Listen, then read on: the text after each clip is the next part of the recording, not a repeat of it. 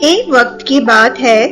शोलापुर नाम का एक छोटा सा गांव हुआ करता था। उस गांव में पंसारी लाल नाम का एक सब्जियों का थोक विक्रेता रहा करता था। पंसारी लाल के परिवार में उसकी पत्नी, उसका एक छोटा बेटा और माँ रहा करती थी। और हाँ, पंसारी लाल का एक छोटा भाई भी था जिसे गाने बजाने का बहुत शौक था।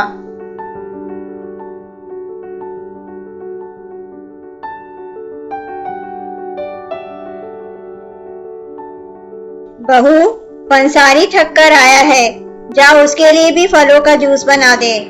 जी माँ जी, अभी लेकर आई।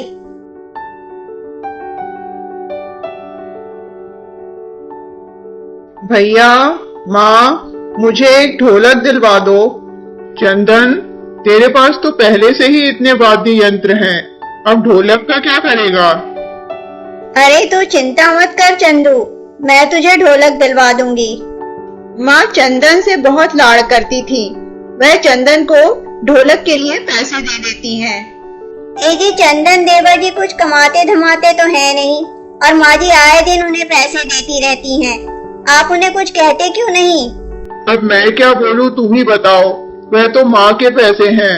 हाँ हाँ, वह तो अपने सारे पैसे उसी लाडले पर उड़ा देंगी। चंदन अपनी माँ के दिए हुए पैसों से एक सुंदर सी ढोलक ले आता है। चल छोटू, मैं तुझे ढोलक बजाना सिखाऊं। नहीं देवर जी, उसे तो आप माफ ही करो, अभी उसके पढ़ने लिखने के दिन हैं। एक दिन अचानक माँ जी की तबीयत बिगड़ जाती है। अरे माँ जी, क्या हुआ आपको? आपकी तबीयत ठीक नहीं लग रही। हाँ बहू, जल्दी से पंसारी को बुला दे, मेरे सीने में बहुत तेज का दर्द उठा है। बस अभी बुला के लाई माँ जी।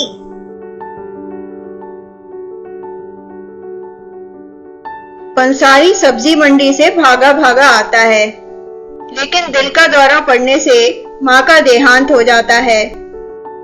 माँ के स्वर्गवास पर चंदन खूब फूट फूट कर रोता है। धीरे धीरे चंदन अपनी माँ के दुख से उभर जाता है और फिर से अपना गाना बजाना शुरू करता है। जी, आपका भाई तो माँ जी के जाने के बाद भी नहीं सुधरा। आप उससे कहिए कि कुछ कमाए धमाए, हम कब तक उसे पालते रहेंगे। जब शाम को चंदन घर आता है तब पंसारी लाल उसे खूब डांटता है। चंदन सब्जी मंडी में पंसारी लाल का हाथ बटाने लगता है। इधर जमुना भी चंदन से घर का काम करवाने लगी। दोनों पति पत्नी मिलकर चंदन पर खूब अत्याचार करते और उसे 2 वक्त का खाना भी ढंग से नहीं देते।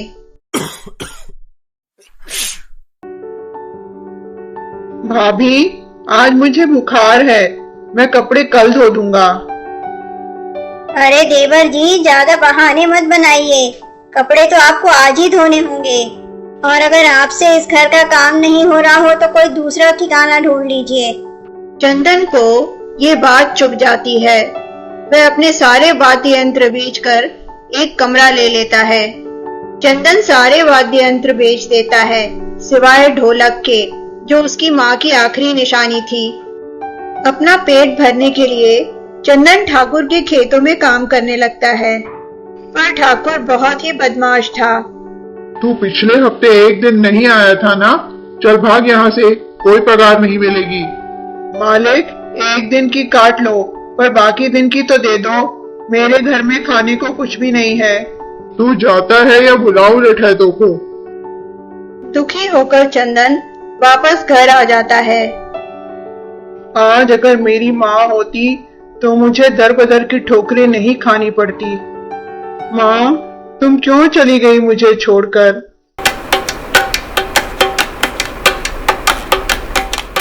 हैं? ये तो ढोलक की आवाज है। ये अपने आप से कैसे बजने लगी? कहीं मेरे कान तो नहीं बज रहे?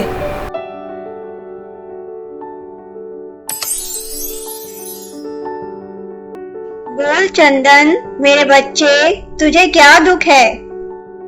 अरे, इस ढोलक में से तो मेरी माँ की आवाज आ रही है। मैं तेरी माँ की आत्मा हूँ बेटा, जो तुझे छोड़कर नहीं जा पाई और इसी ढोलक में रह गई। मैं तुझे दुखी नहीं देख सकती चंदन। मैं तुझे आशीर्वाद देती हूँ। जब भी तू इस ढोलक पर थाप देकर कुछ मांगेगा तुझे जरूर मिलेगा। चंदन ढोलक पर एक थाप देता है। मैं इस गांव में तरह तरह के वाद्य यंत्र सिखाने की शाला खोलना चाहता हूँ, जिसमें हर जगह से लोग आएं। ढोलक तुरंत ही एक वाद्य यंत्र शाला खोल देती है। ढोलक के जादू से वह एक सुंदर घर भी बना लेता है। ए जी, सुना तुमने? देवर जी कितने अमीर हो गए हैं। उन्होंने वाद्य यंत्र शाला खोली है और एक बहुत सुंदर घर बनाया है। दोनों भागे भागे चंदन के पास जाते हैं। दोनों जन चंदन से अपने किए की माफी मांगते हैं और उससे उसके अमीर होने का राज पूछते हैं। पर चंदन उन्हें कुछ भी नहीं बताता, सिर्फ इतना कहता है कि उसके ऊपर माँ का आशीर्वाद है। दोनों अपना सा मुंह लेकर चले जाते हैं और चंदन खुशी खुशी रहने लगता है। एक समय की बात है। बिजनौर नाम के एक छोटे से गांव में भीम नाम का एक मजदूर रहा करता था। भीम बेचारा बहुत ही गरीब था और जैसे तैसे अपना घर चला रहा था। भीम के परिवार में सिवाय उसकी छोटी बहन के कोई भी न था, जिसकी उसने अभी अभी शादी कर दी थी। एक दिन जब भीम काम से घर वापस आता है तो देखता है कि उसकी बहन घर पर है। अरे लच्छी, तू कब आई? अगर तू संदेशा भिजवा देती तो मैं तुझे लिवा लाता। अरे लच्छी, क्या हुआ तुझे? तू रो क्यों रही है? भैया, मेरे सास ससुर ने मुझे घर से निकाल दिया। उन्होंने कहा जब तक तेरा भाई 10,000 नहीं देगा तू घर वापस मत आना। पर लच्छी, दामाद जी ने कुछ नहीं कहा क्या? भैया, आप तो जानते ही हो, माँ बाप के आगे इनकी कहाँ चलती है। लच्छी, मैं दिन रात मेहनत मजूरी करके पाई पाई जोड़ रहा हूँ, पर अभी तक 1,000 रुपए भी नहीं हुए। भीम लच्छी को लेकर उसके ससुराल जाता है। अरे आओ आओ भीम, बड़ी जल्दी पैसे ले आए। नहीं माताजी, मैं तो आपसे थोड़ी मोहलत मांगने आया हूँ। कृपा करके थोड़ा समय दे दीजिए, मैं जल्दी ही 10,000 का इंतजाम कर दूंगा। ठीक है भीम, हम तुम्हें 15 दिन का समय देते हैं। अगर इस बीच तुमने पैसों का इंतजाम नहीं किया तो हम अपने बेटे की दूसरी शादी कर देंगे। अपनी बहन को ससुराल छोड़कर भीम सीधा अपने ठेकेदार के पास जाता है। क्यों ने भीम, 3 घंटे से कहाँ गायब था? ठेकेदार जी अपनी बहन को छोड़ने ससुराल गया था। ठेकेदार जी, आपसे एक गुजारिश है, मुझे 10,000 रुपए की सख्त जरूरत है, कृपया दे दीजिए। मैं दिन रात मजूरी करके आपके पाई पाई चुका दूंगा। चल भाग यहाँ से, क्या मैंने धर्मशाला खोल रखी है? भीम का किसी काम में मन नहीं लगता। वह निराश होकर जंगल की ओर निकल जाता है। ए भाई, ये फलों से लदे पेड़ को क्यों काट रहे हो? ओए, तुझे क्या करना है? क्या ये तेरा पेड़ है? मैं तो काटूंगा। भीम उस आदमी को पेड़ से लटका देता है। मुझे छोड़ दो भाई, आगे से ऐसा नहीं करूंगा। भीम के खोलते ही वह आदमी सर पर पैर रखकर भाग जाता है। हे भगवान, अब तू ही बता, मैं पैसे का इंतजाम कहाँ से करूं? भीम, ओ भीम, इधर तो देखो। भीम पलटकर पेड़ की तरफ देखता है और अचानक ही फलों का पेड़ पैसों के पेड़ में बदल जाता है। भीम, मुझे पकड़कर हिलाओ और जितने पैसे चाहिए ले जाओ।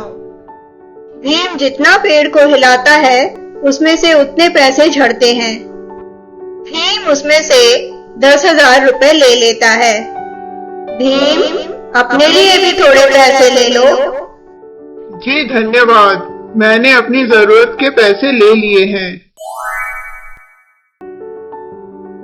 पैसे लेकर भीम खुशी खुशी अपनी बहन के ससुराल जाता है। ये लीजिए माताजी, मैं 10,000 रुपए ले आया। तभी वहां उनका बेटा आ जाता है। भैया, अब मैं इन लालची लोगों के साथ बिल्कुल नहीं रहूंगा। चलो लच्छी, अपना सामान बांध लो। बेटा, हमें माफ कर दो, हमसे गलती हो गई। भीम बेटा, ये लो तुम्हारे पैसे। अब से हमारी वजह से लच्छी को कभी कोई परेशानी नहीं होगी। लेकिन भीम अपनी बहन को 5,000 रुपए दे देता है। बाकी के बचे 5,000 से वह अपना नया व्यापार शुरू करता है और खुशी खुशी रहने लगता है। नमस्ते दोस्तों, मेरा नाम है सोनिया। कहानियाँ हमारे जीवन का आईना होती हैं, जिससे हम बहुत कुछ अच्छा सीख सकते हैं। अगर आपको मेरे चैनल माय टेल टून की कोई भी कहानियाँ अच्छी लगती हैं, तो प्लीज़ प्लीज़ प्लीज़ मेरे चैनल को ज़रूर सब्सक्राइब करें। और भी बहुत अच्छी कहानियाँ मिलेंगी आगे। धन्यवाद।